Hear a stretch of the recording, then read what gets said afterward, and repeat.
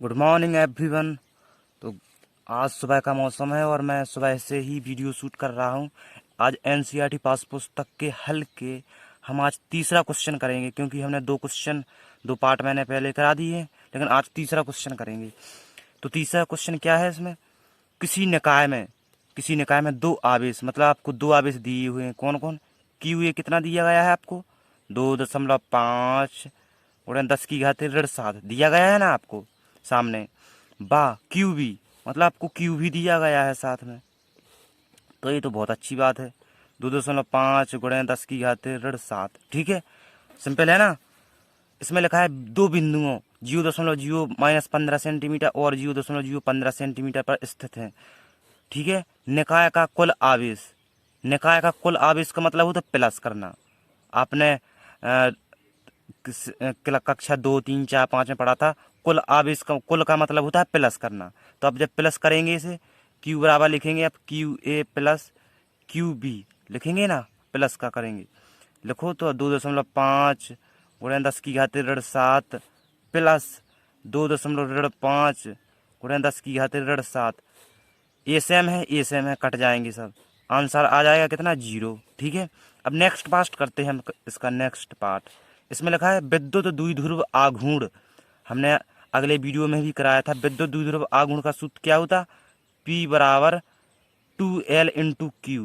मतलब आपको क्यू तो दिया गया है 2.5 गुणा 10⁻7, पर आपको 2L लंबाई नहीं दी गई है। तो लंबाई आप कैसे ज्ञात करें? बहुत इंपॉर्टेंट क्वेश्चन है इस एक्सरसाइज का ये। तो देखो लंबाई कैसे ज्ञात करें। आप यहाँ पर देखो, सब कुछ भूल जाओ, यहाँ पर देखो, ये है 15 सेंटीमीटर, है ना, ये 15 सेंटीमीटर, और ये है 15 सेंटीमीटर, कितने हुए? 30 सेंटीमीटर। तो अब आप क्या लिखें? 2L बराबर कितना लिखें? 30 सेंटीमीटर। लेकिन फिजिक्स में आप सेंटीमीटर नहीं लिख सकते, आपको मीटर में बदलना पड़ेगा। इसलिए 30 गुणा 10⁻2 हम पहले से ही 10⁻2 में बदलते आ रहे हैं और आज भी बदलेंगे, ठीक है। 10⁻2 तो रखो अब मान, अब तो बहुत सिंपल है ना। 2L का मान कितना? 30 गुणा 10⁻2, 30 गुणा 10⁻2। क्यू आप कोई भी रख सकते हैं, क्योंकि सेम संख्या है। 2.5 गुणा 10⁻7, 2.5 गुणा 10⁻7। अब देखो अब कैसे हल करें। अब 30 को ऐसा लिख सकते हैं, 3 गुणा 10 लिख सकते ना? हाँ लिख सकते। 2.5 गुणा 10⁻7, फिर इसको 10⁻2, ठीक है। अब आप क्या करो, अब 3 को अगर 2.5 में करेंगे तो कितना आएगा? 25×3 = 75, मतलब 7.5, ठीक है। इस 10 पे बिल्कुल घाते नहीं है, एक एक मानी जाती, एक घात है इसकी, ठीक है। 10⁻7, 10⁻2। अब देखो ध्यान से, ये है 10⁻7 और ये है 10⁻2, कितने हुए? ऋण 7 और ऋण 2, 10⁻9 हुई ना। और ये है आपके पास प्लस की 1। तो आप सोचो, -9 + 1 आंसर कितना आ जाएगा? -8 आ जाएगा। आएगा कि नहीं आएगा? तो आंसर आ जाएगा आपके पास 7.5 गुणन 10⁻8। क्या ज्ञात किया था अपना? पी का मात्रक होता कूलाम मीटर, ठीक है, कूलाम मीटर। नेक्स्ट चलते हैं इसका अगला पार्ट।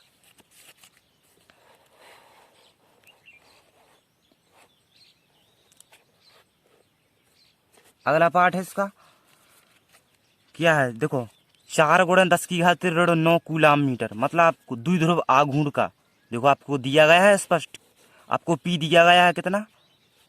4 गुणन 10⁻9 दिया गया है ना आपको। द्विध्रुव आघूर्ण को पी से डिनोट करते, और दिया गया है 4 गुणा 10⁻9 कूलाम मीटर, ठीक है। किसी एक समान विद्युत क्षेत्र के सापेक्ष 30 अंश के कोण पर स्थित है। कितने अंश पर स्थित है?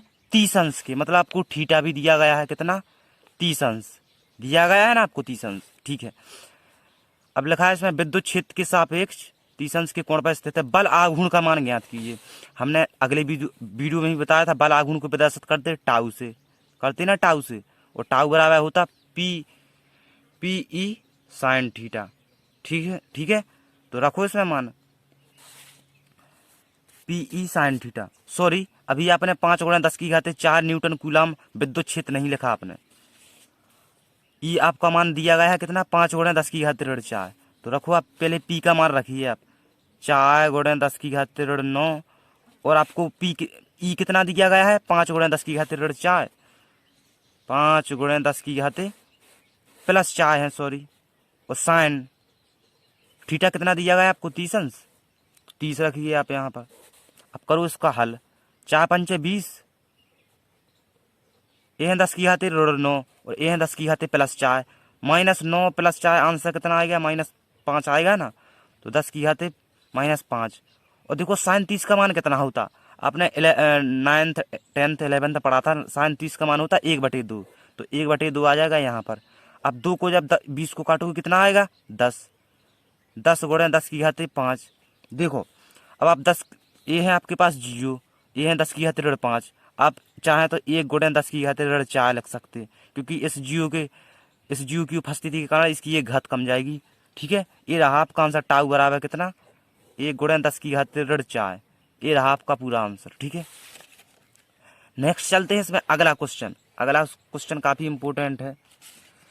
अगला क्वेश्चन है, ऊन से रगड़े जाने पर किसी पॉलीथीन का टुकड़ा 3 गुणे 10 की घाते ऋण 7 कूलाम, मतलब आपको क्यू स्पष्ट रूप से दिया गया है। क्यू कितना दिया गया है, देखो 3 गुणे 10 की घाते ऋण 7, 3 गुणे 10 की घाते ऋण 7। ठीक है, ऋण आवेशित किया गया इलेक्ट्रॉन की संख्या से को किससे डिनोट करते, एन से करते ना, हमें पढ़ाया था आपको, इलेक्ट्रॉन की संख्या को डिनोट करते एन से। तो आपने इस सूत्र तो पढ़ा होगा, क्यू बराबर एन ई, हमने लिखा भी है कई बार थंबनेल पे, क्यू बराबर एन ई।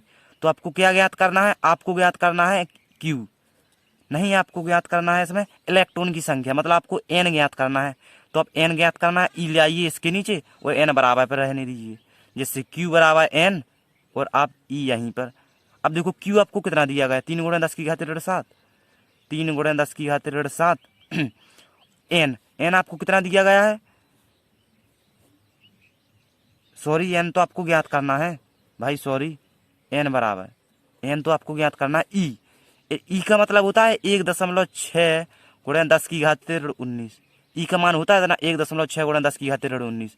जब आप इस 16 को मतलब 0 हटाएंगे तो यहाँ पर बढ़ जाएगा 1 शून्य। ठीक है, जब आप 16 का भाग आप जब 30 में दोगे तो कितना आएगा 1.8, 1.8 गुणे 10 की घाते ऋण 7 गुणे, अब देखो यहाँ पर ए है 10 की घाते -19, ए है नीचे, जब ये ऊपर आ जाएंगी तो प्लस की हो जाएंगी, तो 10 की घाते +19। ठीक है, 1.8 गुणे, अब देखो 19 में से -7 जाएंगे कितने बचेंगे, 19 में से -7 जाएंगे तो कितने बचेंगे आपके पास, 11 बचेंगे ना, 11 और 7 सॉरी 12 बचेंगे आपके पास प्लस, तो 10 की घाते +12। ये रहा आपका आंसर, आपने क्या याद किया था ई। ठीक है, ये रहा आपका इलेक्ट्रॉन की संख्या 1.8 गुणे 10 की घाते 12। समझ में आया आपको। अगले चलते हैं नेक्स्ट मतलब टॉपिक के पास, फिजिक्स क्लास 12 चैप्टर 1 विद्युत आवेश एवं क्षेत्र। आज हम उससे आगे क्वेश्चन पढ़ेंगे। हमने कुछ क्वेश्चन छोड़ दिए हैं, वे सब बकवास हैं यार, वे आपको नहीं करने हैं, वे आपको नहीं आएंगे पेपर में, वे तो सिर्फ आपको दिए गए हैं आपका परीक्षण लेने के लिए। तो पहला क्वेश्चन चलते हैं इसमें, क्वेश्चन नंबर शायद ये है 16वां क्वेश्चन है या 10वां, 16 क्वेश्चन है। किसी काले बॉक्स के पृष्ठ पर विद्युत क्षेत्र की सावधानी पूर्वक ली गई है। ठीक है, माप यह संकेत देती है कि बॉक्स से गुजरने वाला नेट फ्लक्स, देखो आपको नेट फ्लक्स दिया गया है, फ्लक्स को डिनोट करते किससे, फ्लक्स को डिनोट करते इससे, आपको कितना दिया गया है फ्लक्स 8 गुणे 10 की घाते +3। इसमें लिखा है बॉक्स में नेट आवेश कितना है, मतलब आपको क्यू ज्ञात करना है भैया, क्यू आपको ज्ञात करना है। आपने ये फॉर्मूला तो पढ़ा ही है, गाउस का नियम आपने पढ़ा था, क्यू अपॉन एप्सिलॉन पढ़ा था ना आपने, क्यू अपॉन एप्सिलॉन गाउस का नियम है। क्योंकि आपको क्यू ज्ञात करना है तो आप क्यू को ई साइड लाइए, क्यू बराबर फाई एप्सिलॉन। तो देखो फाई का मान आपको दिया गया है कितना 8 गुणे 10 की घाते +3, और देखो एप्सिलॉन का मान होता यूनिवर्सल, इसका मान होता 8.85 गुणे 10 की घाते ऋण 12। ठीक है, 8.85 गुणे 10 की घाते ऋण 12।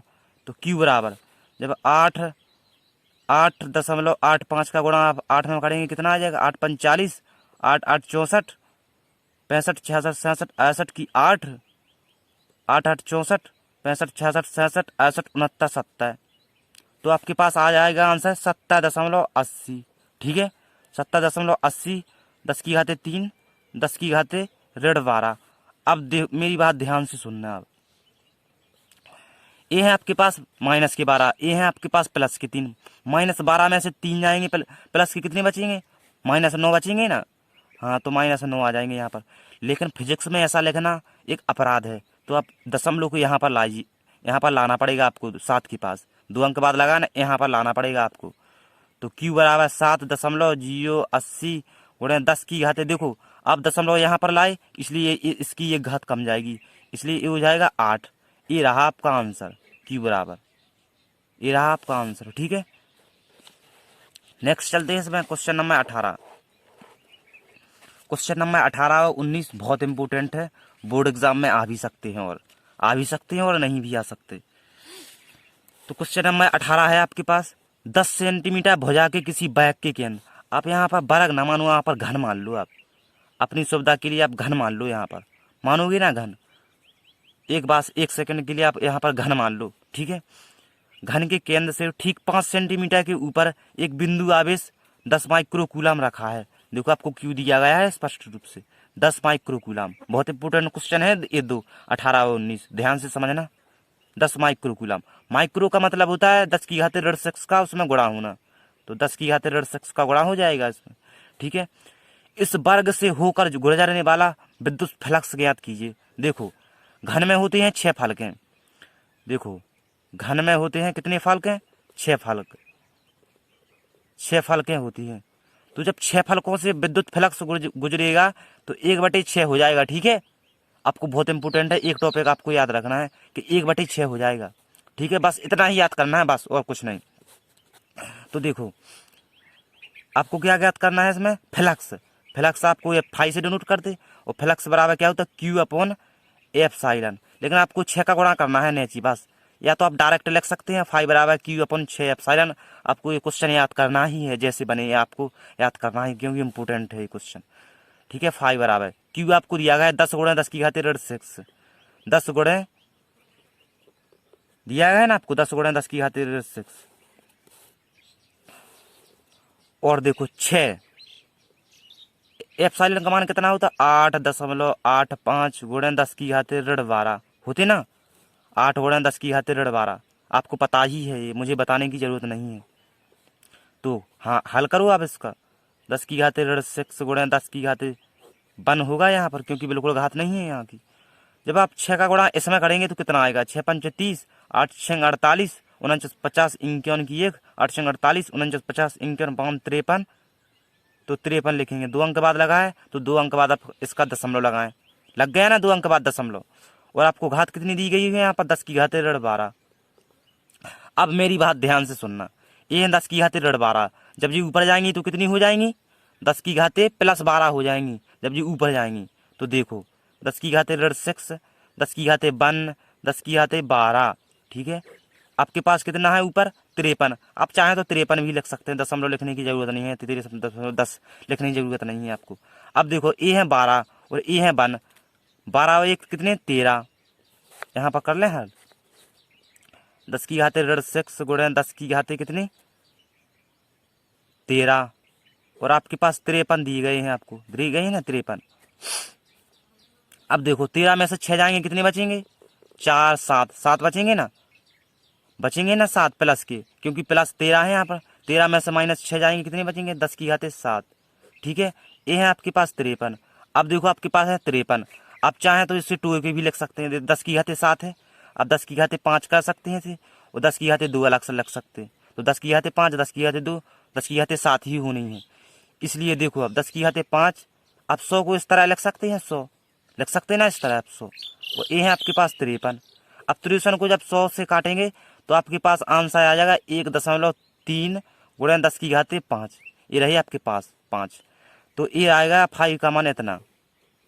आप इसका मात्रक किताब में से टिप के भी लिख सकते हैं, फाई का मात्रक कितना होता है? कूलम स्क्वायर प्रति न्यूटन डॉट मीटर स्क्वायर होता है इसका मात्रक।